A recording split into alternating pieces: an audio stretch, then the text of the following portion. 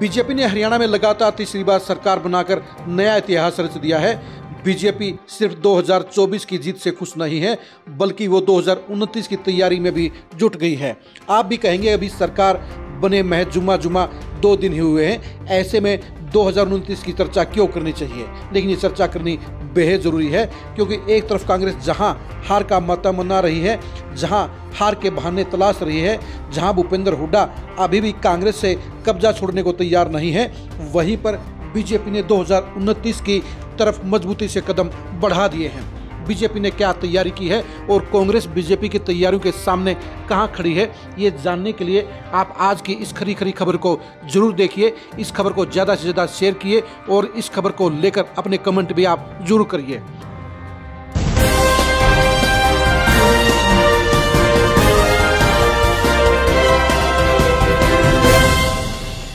BJP की 2029 की तैयारियों को जानने के लिए आपको नायब सैनी के मंत्रिमंडल को गौर से देखना होगा, क्योंकि 2029 की तैयारी नायब सैनी के मंत्रिमंडल में साफ तौर पर नजर आती है और ये मंत्रिमंडल बता रहा है कि बीजेपी 2029 की जीत के लिए अभी से जुट गई है, अभी से वर्किंग में जुट गई है। आप एक जातिवाद अगर आप देखेंगे तो आपको पता चल जाएगा कि वास्तव में बीजेपी सीरियस होकर 2029 की तरफ बढ़ चली है। बीजेपी की सरकार बनाने में सबसे बड़ी भूमिका रही है बीसी वोट बैंक की। बीजेपी इस बात को बखूबी जानती थी कि लगभग 33% बीसी वोट बैंक उसके साथ में खड़ा रहना चाहिए और इसलिए बीजेपी ने बीसी वोटरों को अपने साथ लामबंद करने में कोई कोर कसर नहीं छोड़ी। प्रधानमंत्री मोदी के कारण पहले से ही बीसी वोट बैंक बीजेपी के साथ खड़ा था, लेकिन हरियाणा में बीजेपी ने बीसी वोट बैंक को पूरी तरह से लामबंद करने के लिए जहां उन्हें पंचायती राज और नगर निगमों और नगर पालिकाओं, नगर परिषदों में रिजर्वेशन देने का काम किया, वहीं पर पहली बार उनका बीसी मुख्यमंत्री बनाने का काम किया। जी हां, नायब सैनी से पहले हरियाणा में कोई भी बीसी मुख्यमंत्री नहीं बना था। लेकिन जनाब, बीजेपी सिर्फ नायब सैनी तक सीमित नहीं है, बल्कि पूरे बीसी वोट बैंक को अपने साथ जोड़े रखने के लिए उसके पास नायब सैनी के अलावा केंद्रीय मंत्री राव इंद्रजीत हैं, जो लगातार 5 चुनाव जीते हैं, लगातार 3 बार चुनाव जीतने वाले केंद्रीय मंत्री केपी गुर्जर भी हैं। इसके साथ साथ मंत्री बनाए गए रणवीर गंगवा भी हैं। यानी बीजेपी के पास 4 बीसी नेताओं की ऐसी बड़ी फौज है जिसका कहीं पर भी कांग्रेस का तुलना नहीं हो सकता। बीजेपी के इन 4 नेताओं के सामने अगर आप कांग्रेस की तैयारी देखेंगे तो आपको पता चलेगा कि कांग्रेस के पास ना तो कोई सैनी नेता है, ना कोई बड़ा गुर्जर नेता है, ना ही कोई अहीर नेता है और ना ही बीसी ए का कोई मजबूत नेता है। जहां तक 2 नेताओं की आप चर्चा कर सकते हैं, पहले कैप्टन अजय यादव जो 6 बार विधायक रहे हैं, लेकिन कैप्टन अजय यादव ने अपना रोना खुद रो दिया है। वो इस्तीफा देकर यूटर्न बेशक ले गए हैं, लेकिन उन्होंने बता दिया है कि उनकी किस तरह से अनदेखी हुई है और किस तरह से उनकी सीनियरिटी को इग्नोर किया गया है। इसके साथ साथ रामनिवास घोडेला ने भी ये आरोप लगाया है कि उनको हराने में कांग्रेस के ही सांसद यानी जयप्रकाश का बड़ा रोल रहा है। जयप्रकाश भूपेंद्र हुड्डा के नजदीकी नेताओं में शामिल हैं। ऐसे में जब बीसी कैटेगरी के सबसे बड़े चेहरे रामनिवास घोडेला को खुद हुड्डा के नजदीकी सांसद ने हराया है, तो ऐसे में बीसी वोट बैंक की सपोर्ट की उम्मीद कैसे की जा सकती है? जहां तक जाट बिरादरी की बात है, जाट बिरादरी में भूपेंद्र हुड्डा ही सारा ठेका लेकर बैठे हुए हैं। वही सरकार बनाना चाहते हैं, वही अपने बेटे को मुख्यमंत्री बनाना चाहते हैं, वही पार्टी के संगठन पर कब्जा रखना चाहते हैं और वो हरियाणा कांग्रेस के ऊपर कुंडली मारकर बैठ गए हैं। लेकिन बीजेपी ने भी अब उनके सामने किरण चौधरी को खड़ा कर दिया है। किरण चौधरी भूपेंद्र हुड्डा से किसी तरह से कम नहीं है। जिस तरह से भूपेंद्र हुड्डा का कद हरियाणा की सियासत में काफ़ी बड़ा है, उसी तरह से चौधरी बंसीलाल का कद भी हरियाणा की सियासत में काफ़ी मजबूत है। वो विकास पुरुष के नाम से जाने जाते हैं और उनकी पकड़ के ऊपर, उनके राजनीतिक संदेश के ऊपर भी कोई सवाल उठाया नहीं जा सकता। यानी अगर किरण चौधरी को मजबूत बनाने के लिए ही श्रुति चौधरी को मंत्री बनाया गया है, यानी भूपेंद्र हुड्डा के सामने जाट वोटरों को एक विकल्प देने के लिए बीजेपी ने किरण चौधरी को न सिर्फ राज्यसभा का सांसद बनाया, बल्कि इसके साथ साथ उन्हें अपनी बेटी के जरिए सियासत को आगे बढ़ाने का भी मौका देने का काम किया।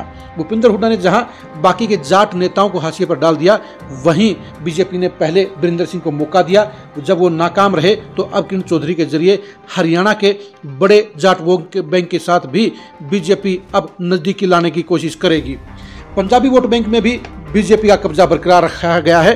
बीजेपी ने पहले मनोहर लाल खट्टर को 9.5 साल तक मुख्यमंत्री रखकर पंजाबी वोट बैंक को अपने साथ जोड़ने का काम किया और पंजाबी वोट बैंक ने ही बीजेपी की सरकार बनाने का काम किया। अभी भी पंजाबी वोट बैंक बीजेपी के साथ में खड़ा है, लेकिन कांग्रेस के पास एक भी कोई स्टेट लेवल का पंजाबी नेता नहीं है। अब बात करते हैं ब्राह्मण वोट बैंक की। बीजेपी ने बूढ़े हो चुके रामविलास शर्मा को साइडलाइन करके उनकी जगह अब अरविंद शर्मा को नया फेस बना दिया है और उन्हें प्रभावशाली मंत्री बनाकर ये संदेश दे दिया है कि ब्राह्मण वोटरों के लिए अब अरविंद शर्मा ही हरियाणा में सबसे बड़ा चेहरा है। बीजेपी ने ब्राह्मण वोटरों को ज्यादा से ज्यादा अपने साथ जोड़ने के लिए पूर्व मंत्री विनोद शर्मा की पत्नी शक्ति रानी शर्मा को भी कालका से टिकट देकर विधायक बनाया। इसके साथ साथ गौरव गौतम जैसे नए चेहरों को भी विधायक बनाया। बीजेपी ने ब्राह्मण वोटरों को अपने साथ जोड़ने के लिए ही अब अरविंद शर्मा को आगे किया है, क्योंकि अरविंद शर्मा रोहतक, सोनीपत और करनाल 3 पार्लियामेंटों के अंदर सबसे बड़ा चेहरा है। अब वो मंत्री बनने के बाद पूरे प्रदेश के ब्राह्मण नेताओं में सबसे बड़े मुकाम को हासिल कर गए हैं। कांग्रेस के पास उनके मुकाबले के लिए सिर्फ कुलदीप शर्मा हैं, जो खुद चुनाव हार गए हैं और प्रदेश के ब्राह्मण समुदाय में उनका फिलहाल कोई असर नहीं है। वैश्य बिरादरी को लेकर भी सेम टू सेम ऐसे ही हालात हैं।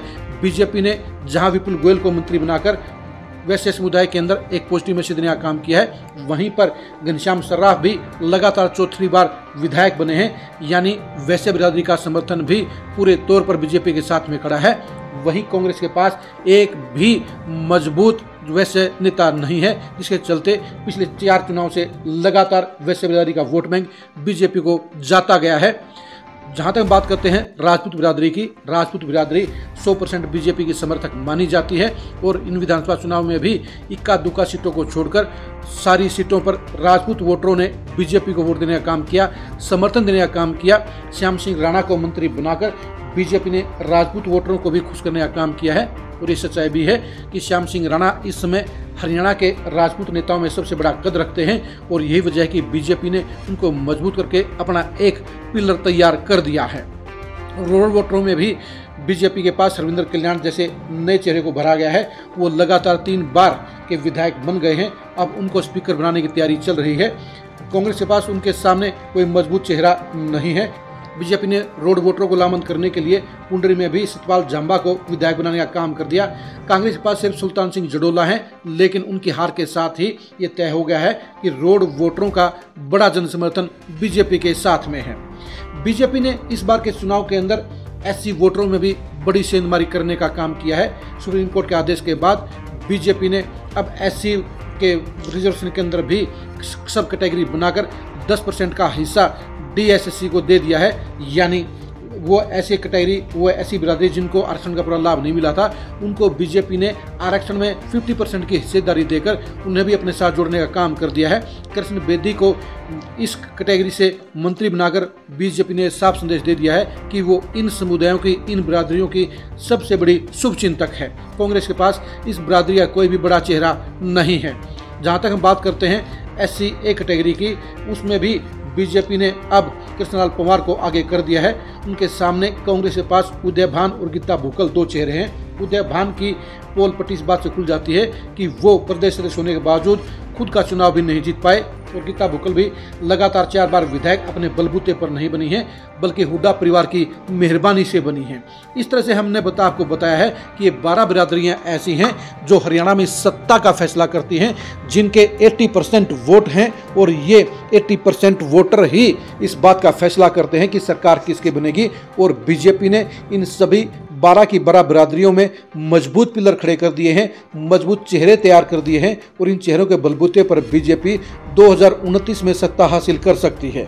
इसके विपरीत कांग्रेस का अगर नज़ारा आप देखेंगे तो आपको एहसास होगा कि कांग्रेस के अंदर हुड्डा फैमिली के अलावा कोई भी, किसी भी जाति का कोई मजबूत चेहरा नहीं है, स्टेट लेवल का कोई नेता नहीं है और भूपेंद्र हुड्डा ने दूसरी जातियों के तमाम नेताओं को हाशिए पर डालकर खत्म कर दिया। भूपेंद्र हुड्डा सिर्फ अपने बलबूते पर ही कांग्रेस की सरकार नहीं बल्कि अपने बेटे की सरकार बनाना चाहते थे और उन्होंने अपने अहंकार के चक्कर में पिछले 20 साल में कांग्रेस पर कुंडली मारकर ये बता दिया है कि कांग्रेस में ना तो किसी बड़े नेता की जगह है, ना ही सभी बिरादरियों के लिए मजबूत पिलर तैयार खड़े करने की कोई योजना है। पिछले 20 साल में हरियाणा कांग्रेस में वही हुआ है जो भूपेंद्र हुड्डा ने चाहा है और भूपेंद्र हुड्डा ने हरियाणा में कांग्रेस को बेकदरी का शिकार किया, अपनी मनमर्जी का इस्तेमाल किया और अपने हिसाब से कुंडली मारकर कांग्रेस को हाशिए पर डालने का काम किया, कांग्रेस को बेहद कमजोर करने का काम किया। जो कांग्रेस 50 साल तक सिर्फ गैर जाट की पॉलिटिक्स के बलबूते पर लगातार सत्ता में वापसी करती रही, वो भूपेंद्र हुड्डा की अपनी खुद की स्वार्थी राजनीति के कारण वो लगातार 3 चुनाव हार गई है। और यही वजह है कि कांग्रेस के लिए अब 2029 में भी वापसी का कोई आसार नहीं है, क्योंकि बीजेपी जहां इस मंत्रिमंडल के जरिए, नई सरकार के जरिए 2029 की यात्रा पर निकल गई है, वही भूपेंद्र हुड्डा कांग्रेस के ऊपर से अपनी कुंडली हटाने को तैयार नहीं है। वो नेता प्रतिपक्ष बना रहना चाहते हैं, वो बाकी के दूसरी जातियों के नेताओं को भरना नहीं चाहते हैं, वो सिर्फ अपने चापलूसों को अपने साथ जोड़ना चाहते हैं, उनको मौका देते हैं, उनको आगे बढ़ाते हैं और दमदार नेताओं को वो इग्नोर करने का काम करते हैं। यही वजह है कि बीजेपी के पास जहां 12 बिरादरियों के अंदर मजबूत नेताओं की फौज तैयार हो गई है, वहीं कांग्रेस के पास भूपेंद्र हुड्डा के अलावा दूसरा ऐसा कोई चेहरा नहीं है जो अपनी सीट के अलावा दूसरी सीट पर किसी को जितवाने की क्षमता रखता हो, अपनी बिरादरी के वोट दिलवाने की क्षमता रखता हो।